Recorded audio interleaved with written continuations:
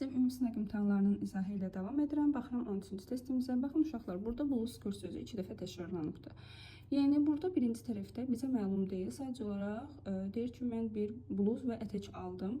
Bu halda həm də sayıla bilən tək isimlər olduğu üçün biz E artiklı veririk.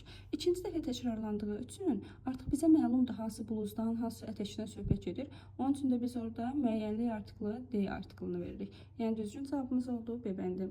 Daha sonra baxıram 14-cü testimizə compound nouns, yəni mürəkkəb isimlər istəyir.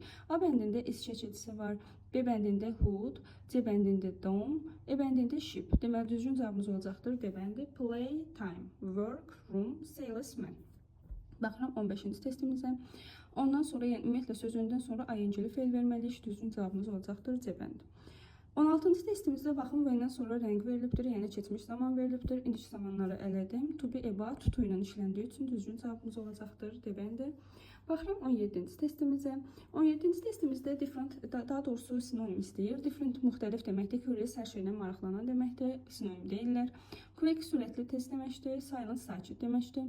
Correct düz, incorrect yanlış deməkdir. Bunlar antonimdir. Similar oxşar, tasty dadlı, əlaqəsi sözlərdir. Yəni excellent, perfect ikisi də mükəmməl deməkdir. Düzgün cavab oldu E bəndi. Baxıram 18-ci testimizə. Caesars burada cəmdədir. Cəmdədirsə işarə əvəzliyində cəmdə olmalıdır. Dətlə isə elədim.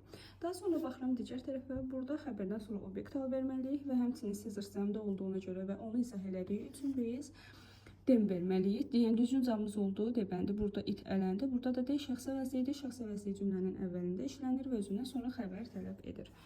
Daha sonra keçirəm 19-cu testimizə. 19-cu testimizdə deyir ki, they didn't play football, onlar futbol oynamadılar. Çünki yağış yağırdı. Deməli cavabımız olacaqdır A bəndi.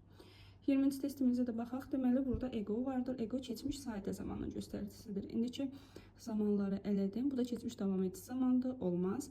Didlə də sual vermişəmsə heard yox, hear olmalıydı. Deməli düzgün cavabımız oldu A bəndi.